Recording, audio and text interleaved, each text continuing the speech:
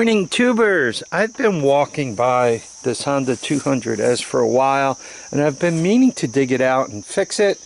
So let's get to it. So even though it's been lying in the buckwheat for a while, it's pretty minty fresh. That's I believe that's an OEM front tire. That's flat. They put those monsters on the back, which makes it ride real hard. This one was in such nice condition, I used an auxiliary fuel tank rather than put gas in it. How's that for pretty? Yeah, if it wasn't for this mess back here, it would really be just beautiful. It even has the chain guard still on the engine, the little thing over the timing chain adjusted the little grommet there. I mean, original stickers. And this is just one beautiful machine. One always asks, what's the plan? Well, no matter what, you're going to make these things roll, and a square front tire doesn't work.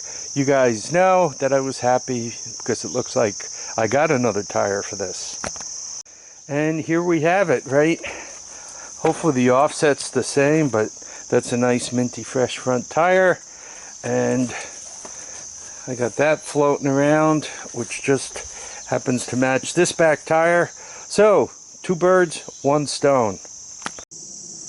Now, some of these front wheels come off real easy. Some of them are very difficult, and it has to do with if the axle's bent. So, here's some of my new favorite. No, they don't send me cans of free stuff or give me any money or anything, but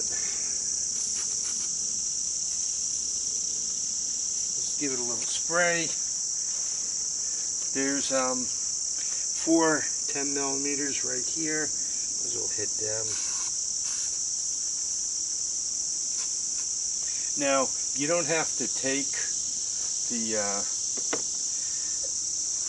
axle out or any of that stuff. So let's just give it a few minutes to soak in, and hopefully they break loose easily. Alright, let's see if we're lucky. I loosened up, wow. Yeah, I loosened up the 10mm. Unbelievable. Came right loose. I like it. Jack it up a little.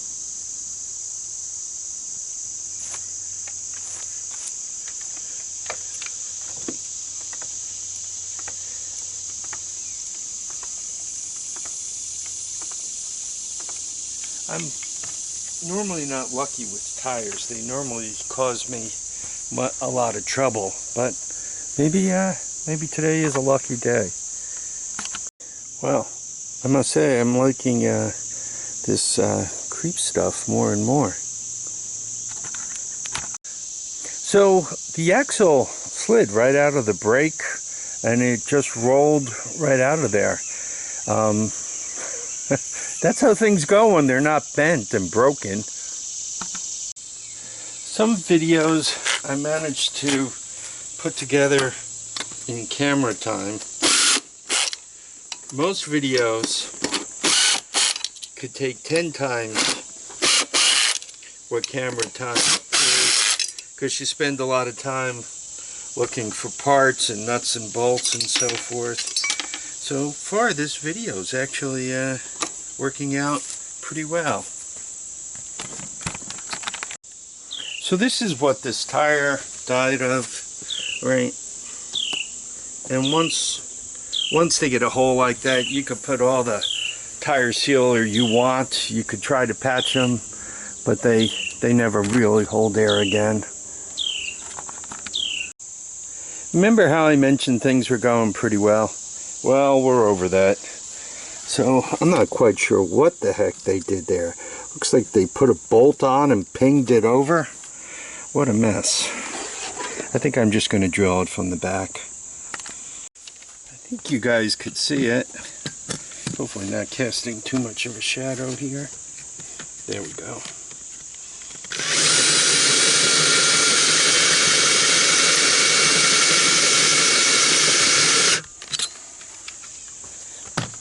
And I'm just going to keep stepping up until I can knock that tab off. So we drilled this out. You could see I hit the center, just gave it a little tap, fell right out. The brakes are in nice shape. It's just a matter of smashing the whole stack back together again. Is it not beautiful? It's all done. I'm just going to put an intravenous bottle worth of gas on it. We're going to get out there for a ride. This thing is dripping a little gas. It's being just a pest today. Didn't want to spark, and now it is, so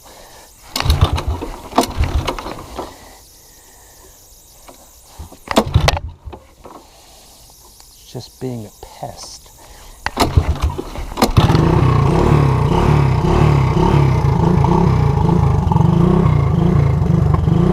So I think this is all down. Good. We're getting a ride no matter what it takes.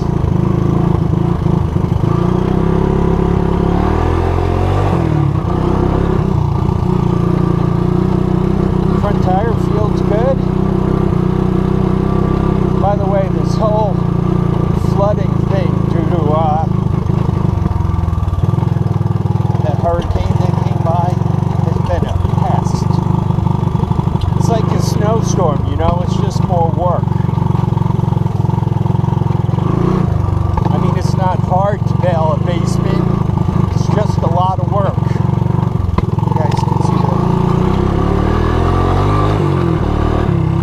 Boy, this thing shifts nice. It's got a little bit of a putt-putt out the exhaust. Not sure what that is.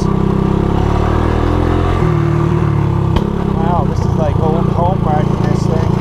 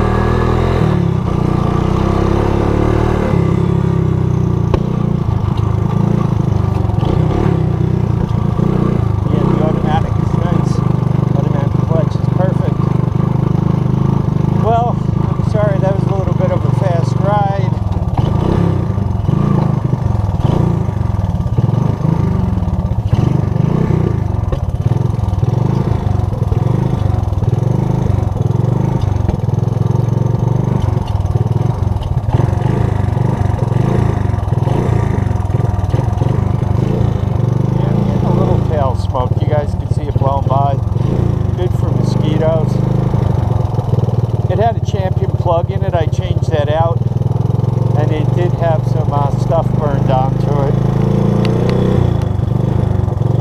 Hopefully I haven't been talking to the sky. So, let's talk busy. I missed Stormville this weekend. I had a wedding to go to. Next weekend is the Hudson auction. You guys can see the smoke going by. We'll warm this thing up, clean it out. So next weekend is the Hudson auction, and it's also the garage sale in Stormville. It's really really a toss-up which one is better to go to. The auction is better for getting the bigger projects if you want to find, you know, a piece of equipment or an all-terrain vehicle, mini bike, something like that to buy, golf cart, right? You know, it's being mosquito season. The garage sale at Stormville is better if you're after tools. So I think I'm going to hit the auction. There's a the second weekend of October. There's another Stormville, and then the last Stormville in November. And to be honest with you guys, I wouldn't be surprised if it's kind of the last Stormville ever. They keep upping their price because it's expensive to run it, and it's expensive for the insurance. But every time they up their price, you get less vendors, and less vendors means less income, which means they got to up their price. They don't charge attendees. Good, it's idling. I'm just trying to run the carburetor out while I'm talking.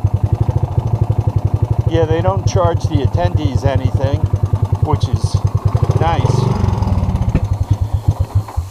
So anyway, there it is. But because of that, they always have trouble paying for things, right?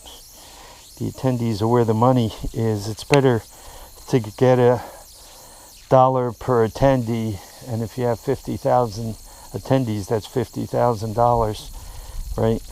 You can really cut the rent way down, and if you cut the rent down, you would probably get more people to show up, which means the vendors would make more money. So there you go. Anyway, I'm babbling. Let's shut this down. I want to thank you all for dropping by to watch, comment, subscribe. Please remember, feet down, heads up, get out and enjoy each and every day. Bye now.